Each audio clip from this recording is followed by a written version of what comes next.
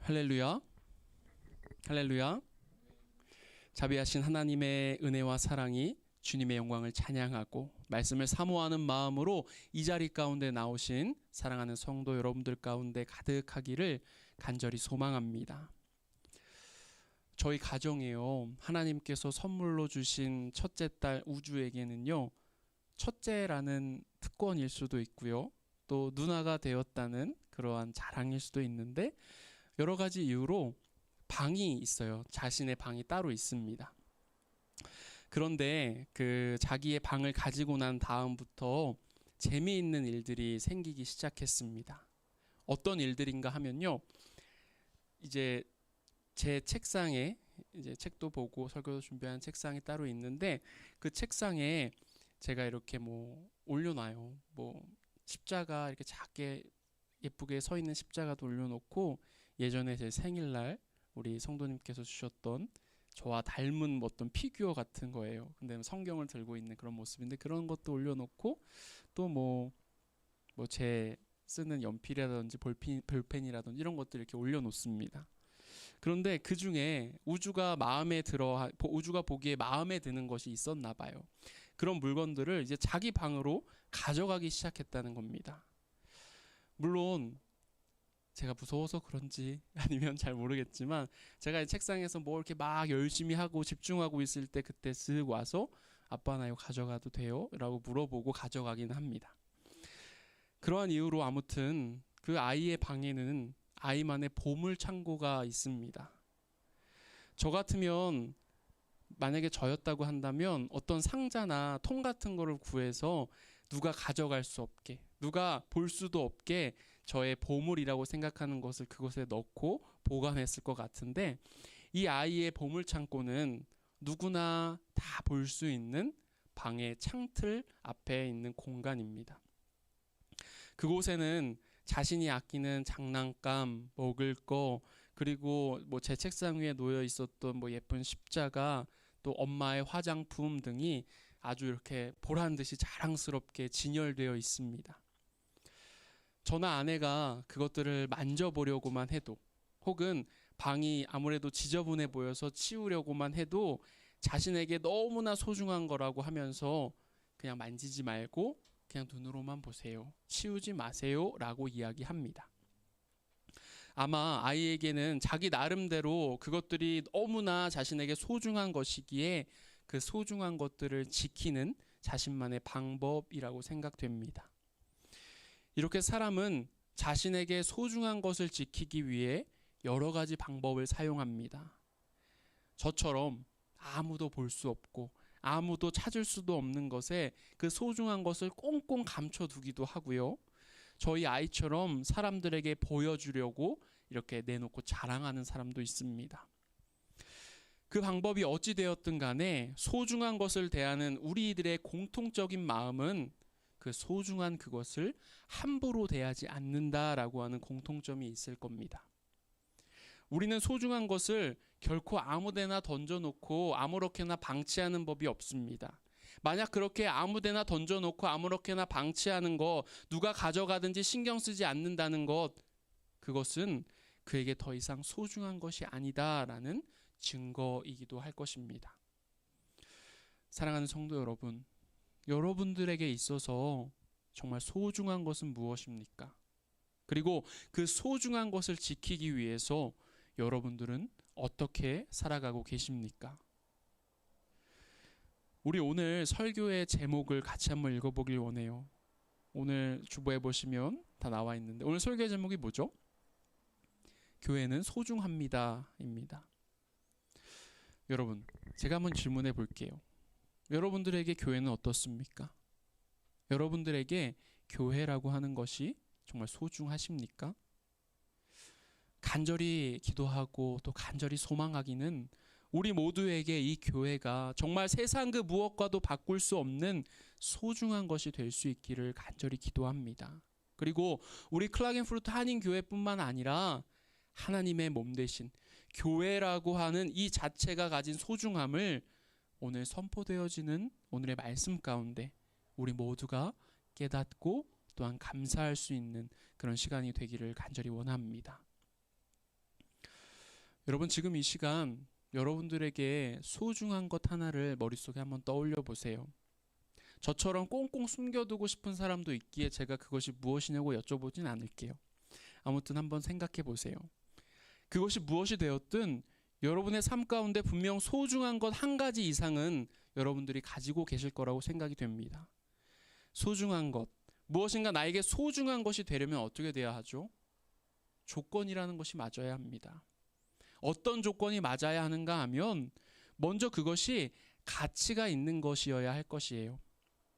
어디서나 흔하게 볼 수 있고 누구나 너무나 쉽게 소유할 수 있는 것이라고 한다면 아마 그것의 가치는 그렇게 높지 않을 것입니다.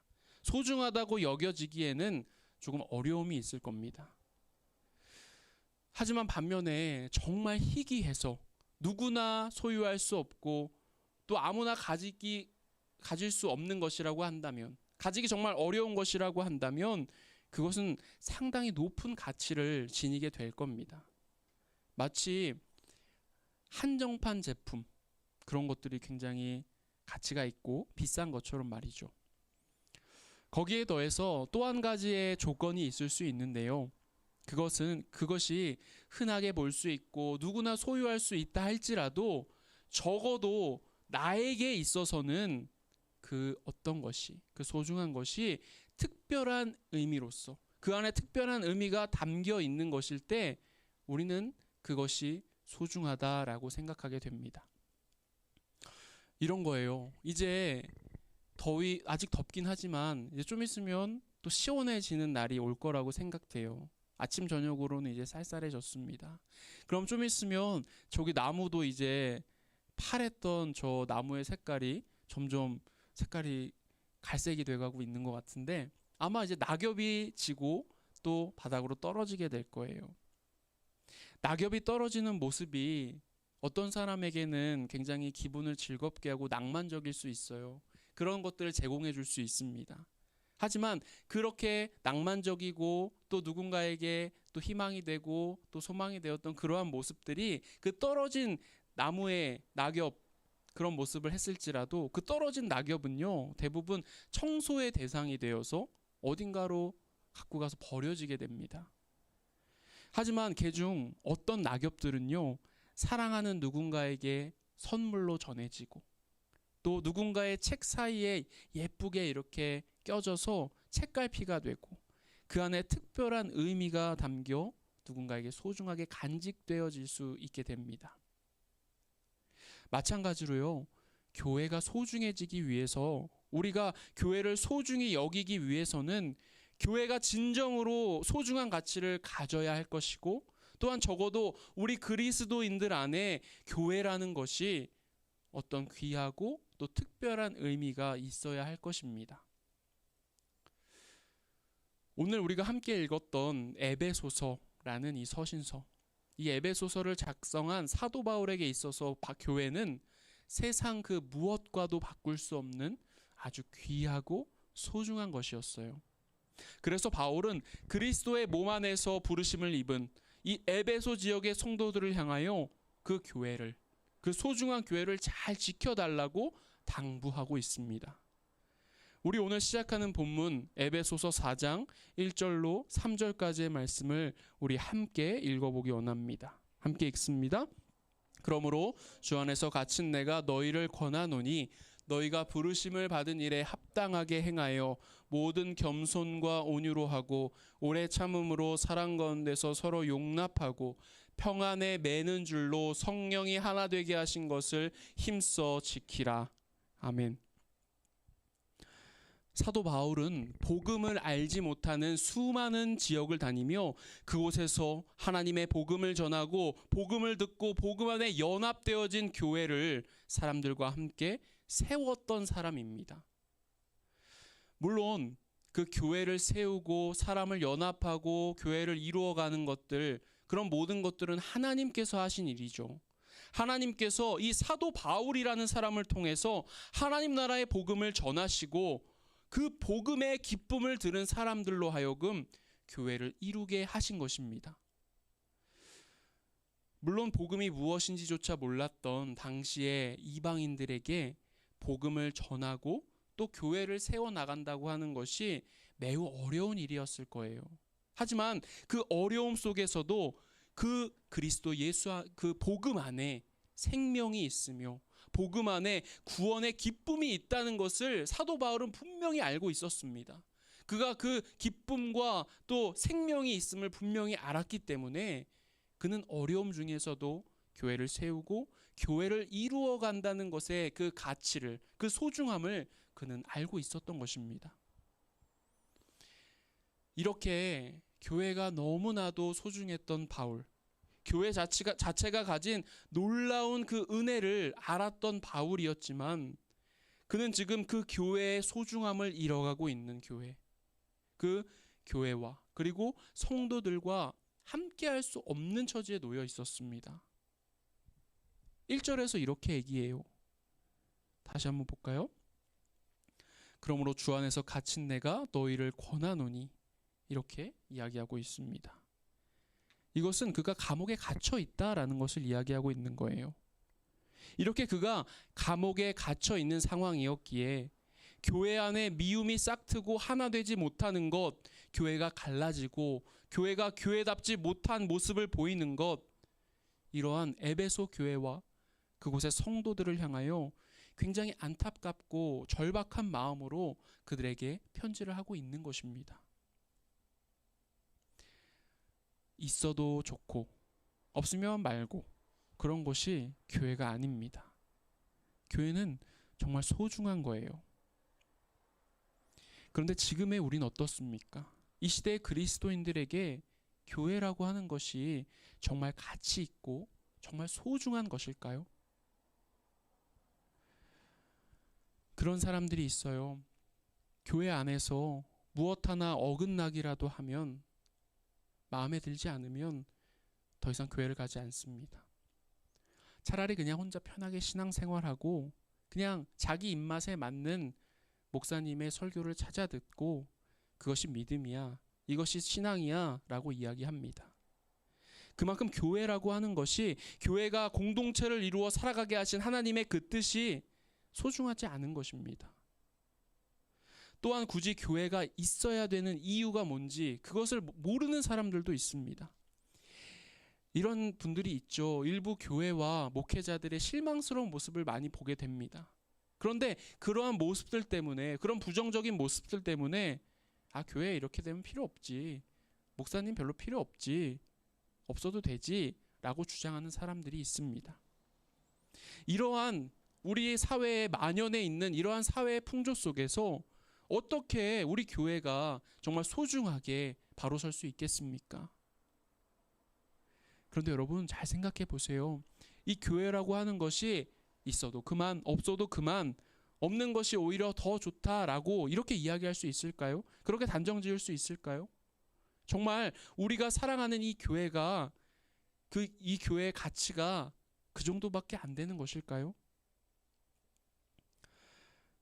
말씀드린 것처럼 교회는 정말 가치 있고 소중한 것입니다. 교회가 처음 생겼던 그때뿐만이 아니라 지금도, 그리고 앞으로도 교회는 영원토록 소중한 것이에요. 2000년 그 이상을 이 땅 곳곳에 세워진 교회의 그 가치는 지금까지 변하지도 않았고 달라지지도 않았습니다.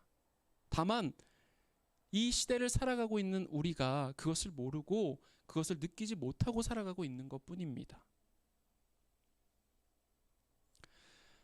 한 아이가요, 아빠의 지갑에서 100유로짜리 지폐를 꺼내서 종이 접기를 하고 있다라고 생각해 보세요. 저희 아이는 아니에요. 제 지갑은 100유로짜리가 없거든요. 뭐 어쨌든 100유로짜리를 꺼내서 종이 접기를 하고 있다라고 생각해 보십시오. 그 아이에게 그 지폐는 종이 비행기가 되고 또 종이 배가 될 그러한 재료일 뿐이지만, 그렇다고 해서 그 지폐가 가진 100유로짜리의 지폐가 가진 그 가치가 사라진 것은 절대 아니죠. 그 지폐 한 장이 수백 장의 종이를 살 수 있는 가치가 있다는 것을 그 아이가 모를 뿐이에요. 지금 제가 설명하고 있는 이 교회도 이와 비슷합니다. 누군가에게는 의미 있는 것으로 다가오지 않아서 소중하게 여겨지지 않는다고 해서 이 교회가 가진 가치가 사라지는 것이 절대로 아니라는 것입니다. 본질의 가치는 변하지 않으며 교회의 본질은 아주 소중한 가치를 분명하게 품고 있습니다. 3절 말씀에서 증거했던 것처럼 성령께서 하나 되게 하신 것이라고 하는 아주 소중한 가치가 있는 것이 바로 교회입니다. 그렇다면 교회가 가진 소중한 가치인 하나 되게 하신 것, 교회를 이루는 성도가 하나 된다라고 하는 것이 왜 그렇게 중요할까요? 바울은 그것을 오늘 본문 에베소서 4장 4절로 6절까지의 말씀을 통해서 이렇게 증거하고 있습니다. 제가 읽습니다. 몸이 하나요 성령도 한 분이시니 이와 같이 너희가 부르심의 한 소망 안에서 부르심을 받았느니라. 주는 한 분이시요 믿음도 하나요 세례도 하나요 하나님도 한 분이시니 곧 만유의 아버지시라. 만유 위에 계시고 만유를 통일하시고 만유 가운데 계시도다. 아멘. 하나님은요 한 분으로 역사하시는 분이십니다. 온 우주에 하나님은 한 분뿐이십니다. 하나님은 성부, 성자, 성령 삼위로 존재하시지만 일체로 역사하시는 분이 바로 우리 하나님이십니다. 그리고 그런 하나님께서 우리를 하나 되게 부르셨습니다. 각자가 모두 다 다른 우리가 함께 할 수 있도록, 모두가 다 다르지만 같이 할 수 있도록 부르심의 한 소망으로 우리를 부르셨다라고 말씀하고 계십니다. 여러분, 자꾸 제가 중간에 재밌는 얘기를 하는데, 여러분 삼겹살 좋아하시죠? 삼겹살 좋아하시죠? 우리가 보통 삼겹살 먹을 때요, 고기만을 구워서 먹지는 잘 않죠. 그죠? 여러분도 삼겹살 구워 먹을 때 무엇을 같이 곁들여 드시나요? 채소, 또 김치, 또 밥. 진숙자매는 한국에서 이번에 삼겹살 드시고 오셨나요? 뭘 곁들여 드셨는데 맛있었어요? 마늘. 맞아요. 그런 것도 있을 수 있죠. 우리는 삼겹살을 먹을 때요, 마늘, 김치, 채소, 고추장, 쌈장, 더 나아가서는 냉면, 이런 것까지도 이제 곁들여서 함께 먹습니다. 그럴 때 그 고기가 질리지 않고 더 맛있게 먹을 수 있고 또 더 많이 먹을 수 있게 되죠. 하나님은 우리를 똑같은 모양으로, 똑같은 역할로 만드신 것이 아니라 우리의 원래 창조의 목적대로 하나님께서 주신 달란트와 역할에 맞게 우리들을 사용하시고 그것을 통하여 더욱 풍성한 공동체를 이루게 하십니다. 우리 이어지는 7절의 말씀을 읽어볼까요? 함께 읽습니다. 우리 각 사람에게 그리스도의 선물의 분량대로 은혜를 주셨나니. 아멘. 삼겹살을 먹을 때 삼겹살도 중요하지만 마늘, 채소 이런 것들이 다 곁들여졌을 때 더욱더 풍성한 맛을 내고 더욱더 맛이 있어지는 것처럼 하나님께서는 모두가 다른 우리들에게 그에 맞는 은혜를 주셨고 달란트를 주셨고 또 그에 맞게 우리 각자를 교회를 위하여 사용하고 계십니다. 또한 하나님께서 주신 그 은혜는 또 여러 가지 역할로 나타나게 됩니다. 우리 이어지는 에베소서 4장 11절로 12절의 말씀 우리 같이 한번 읽어보기 원합니다. 같이 읽습니다. 그가 어떤 사람은 사도로, 어떤 사람은 선지자로, 어떤 사람은 복음 전하는 자로, 어떤 사람은 목사와 교사로 삼으셨으니 이는 성도를 온전하게 하여 봉사의 일을 하게 하며 그리스도의 몸을 세우려 하심이라. 아멘. 하나님께서 우리 각자에게 주신 은사와 역할은 자신의 것을 드러내고 뽐내고 또 내세우라고 주신 것이 아닙니다. 하나님께서 우리에게 그러한 은혜들을 허락해 주시고 주신 이유는 그것을 통하여 서로 온전하게 되고 또 서로를 돕고 그리스도의 몸인 교회를 세워가라고 하나님께서 우리에게 허락해 주신 것입니다. 삼겹살 먹을 때 김치가 빠지면, 야채가 빠지면, 마늘이 빠지면 안 되는 것처럼 그 누구 하나 빠져서도, 그 누구 하나가 아직 준비가 되어 있지 않다고 하더라도 버려두고 앞서 나가서는 안 되는 것입니다. 우리 모두는 정말 다 소중하고 정말 다 소중한 귀한 존재들입니다. 그 모든 사람들, 그 귀하고 소중한 사람들이 모여서 그리스도의 몸이, 이 교회가 이루어져 가고 있는 것입니다. 그것이 바로 오늘 본문의 마지막 16절을 통해서 증거되고 있는 말씀이기도 해요. 우리 에베소서 4장 16절 말씀 함께 읽어봅니다. 읽습니다. 그에게서 온 몸이 각 마디를 통하여 도움을 받음으로 연결되고 결합되어 각 지체의 분량대로 역사하여 그 몸을 자라게 하며 사랑 안에서 스스로 세우느니라. 아멘. 온 몸이 각 마디마다 중요하고 그것들이 서로 연결되고 결합되어 한 몸을 이루어가고, 그럴 때 그것이 자라게 된다라고 말씀하고 계시죠. 여러분, 우리 모두가 하나 된다는 것, 함께 하는 것, 이것이 정말 소중한 것입니다. 그래서 다시 본문의 처음으로 돌아가서 그 부르심에 합당하게 행하는 것이, 그 하나됨을 잃지 않는 것이 중요하다라고 그곳에서 말씀하고 있던 것입니다. 제가 이렇게 이야기하지만 여러분, 사실 우리가 그것들을 이루어가고 또 지켜간다고 하는 것이 결코 쉬운 일이 아님을 바라봅니다. 그 이유가 무엇이죠? 우리가 다 다르기 때문에 그래요. 취향도 다르고 성격도 다르고 생각도 다릅니다. 어떻게 그렇게 다른지 우리가 하나가 되어야 한다라고 이야기를 하면서도 저렇게 다른데 어떻게 하나가 될 수 있을까? 라는 그러한 생각을 하게 되고, 또 하나가 될 이유를 우리 안에서 찾아보기 어렵습니다. 그리고 더 나아가서 하나가 되었을지라도 그 하나 된 것을 계속해서 유지해 간다는 것은 더욱더 어려운 일일 것입니다. 하나님을 향하여서는 우리가 같은 그 하나님을 믿는 그 믿음을 가지고 그 이유만으로 하나가 될 수 있어요. 하지만 우리 각자는 너무나 다르기 때문에 그 하나됨을 유지한다는 것이 너무나 어려운 일일 것입니다. 그럼 어떻게 해야 할까요? 우리 그냥 어차피 다르니까, 내가 맞춰줄 수는 없으니까 그렇게 그냥 갈라진 채로, 나뉘어진 채로 우리는 그렇게 살아가야 할까요? 편을 나누고 또 적대 관계를 만들고 내 마음에 드는 사람만을 인정하고 보듬어 주는 것, 과연 그것이 교회의 옳은 모습일까요? 그렇게 해야만, 그 멤버 안에 들어와야만 교회를 지켜나가고 유지할 수 있는 것일까요? 주님은요, 우리에게 그렇게 말씀하지 않으셨어요. 주님께서는 흩어져 있는 우리를 하나로 부르시고 서로 다른 각각의 모습을 가지고 있는 우리 사람들에게 은사와 또 역할을 주셔서 함께 하라고, 함께 교회를 지어가고 이루어가라고 말씀하셨습니다. 오늘 본문 2절의 말씀을 우리가 다시 한번 읽어보기 원합니다. 함께 읽습니다. 모든 겸손과 온유로 하고 오래 참음으로 사랑 가운데서 서로 용납하고. 소중한 교회를 지키기 위해서, 소중한 교회를 지키려고 한다면 이렇게 하라고 바울이 증거하고 있습니다. 뭐였죠? 겸손하라고 증거했어요.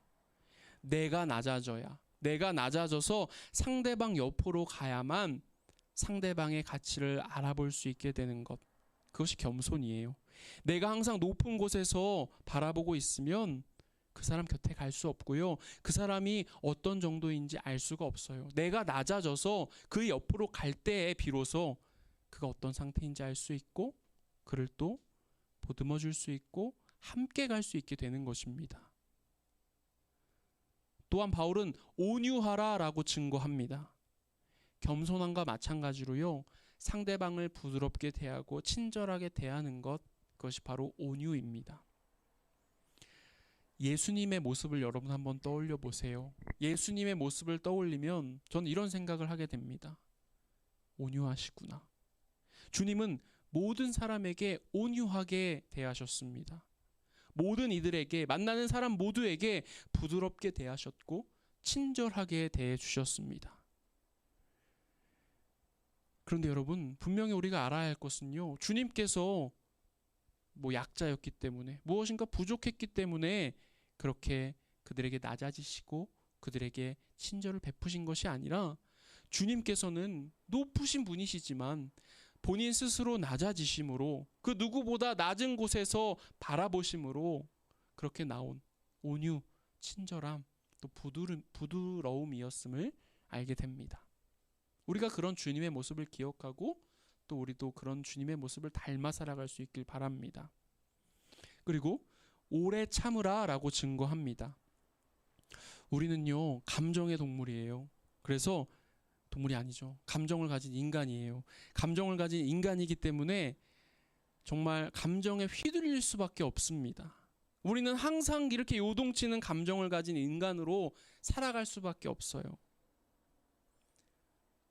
어떤 사람이 정말 화가 안 나고 또 속상하지 않을 수 있겠습니까?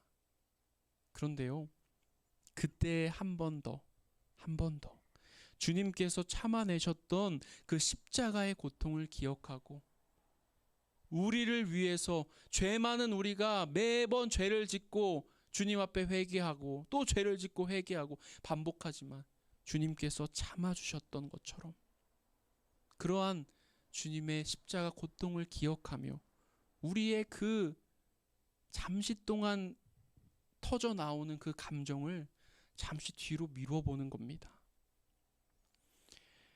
마지막으로 바울은 서로 사랑 가운데서 용납하라 라고 증거하고 있어요. 교회는 거룩한 곳이죠. 하지만 완벽한 사람들이 모인 곳은 아닙니다. 실수가 많고 허물이 많은 사람들이 바로 우리들의 모습입니다. 주님이 가르쳐 주신 사랑을 기억하며 서로가 서로를 품고 이해하고 또 용서할 수 있어야만 하는 곳이 교회입니다. 왜냐하면 모두 다 모습은 다르지만 부족한 부분들이 있기 때문이죠. 하나님의 사랑은 넉넉합니다. 그 사랑 가운데 용서하지 못할 것도 없고요, 용납하지 못할 것도 우리에게 없습니다. 여러분, 온유하고 겸손하고 오래 참고 또한 사랑으로 함께하는 것, 이것이 바로 이 소중한 교회를 지키는 방법입니다. 여러분, 소중할수록 더 지키기 어렵고 더 달아나요. 세상의 모든 것들도 마찬가지입니다. 소중한 것들은 지키기가 더 어려운 법이에요. 그런 것을 기억하면서 정말 우리가 힘써 지키고 힘써 노력하고 우리 교회를 지켜갈 수 있기를 간절히 원합니다. 겸손하고 온유하고 오래 참고 사랑으로 서로 용납하고 받아주는 것, 우리의 힘으로는 어렵겠지만 교회의 하나됨을 포기하지 않는 성령님이 우리 교회 위에, 그리고 우리 그리스도인들 위에 함께 계심을 우리가 기억하길 원합니다. 3절에서 증거하고 있듯이 성령이 하나 되게 하셨으니 그 성령이 우리가 교회를 포기하지 않도록, 우리가 그 하나됨을 포기하지 않도록 성령께서 그 능력을 더하여 주실 줄 믿습니다. 사랑하는 성도 여러분, 이 소중한 교회를 소중하게 여기고 지켜주시길 바랍니다. 우리 모두는 그리스도의 몸이라고 불려지는 이 교회를 온전히 이루어감으로 하나님이 의도하신 목표를 함께 이뤄갈 수 있습니다. 지금까지의 우리는요, 개인적인 하나님과의 만남, 또 개인적으로 하나님께서 주시는 그 은혜에 너무 익숙해져 있는지도 모르겠습니다. 나에게 주시는 개인적인 은혜만을 하나님의 은혜의 전부라고 생각하고 그것이 신앙이고 믿음이다, 그것이 하나님의 동행하심이다 라고 생각하고 살아왔는지 모르겠습니다. 물론 그것도 맞죠. 하지만 그에 못지않은 은혜, 아니 그것보다 훨씬 더 풍성한 은혜가 있습니다. 우리 모두가 교회를 소중하게 생각하고 그 소중한 교회를 정말 하나님의 뜻 안에서, 하나님의 사랑 안에서 이루며 살아갈 때 겸손하고 온유하고 오래 참고 서로 용납할 때 하나님께서는 더 큰 은혜로 우리와 함께하여 주실 줄 믿습니다. 여러분, 우리 오늘 교회 설교의 제목 다시 한번 읽어볼까요? 뭐죠? 교회는 소중합니다 였습니다. 여러분들의 삶에 있어서 정말 우리 교회가, 우리 이 클라겐푸르트 교회뿐만이 아니라 이 땅에 있는 교회가 정말 여러분들의 마음 가운데 정말 소중한 것이 될 수 있기를, 그래서 그 안에서 정말 여러분들이 진정한 기쁨을 누리고 구원의 생명이 있음을 기억하고 구원을 얻으며 여러분들 살아갈 수 있는 우리 모두가 되기를 간절히 기도하고 소망합니다. 아멘.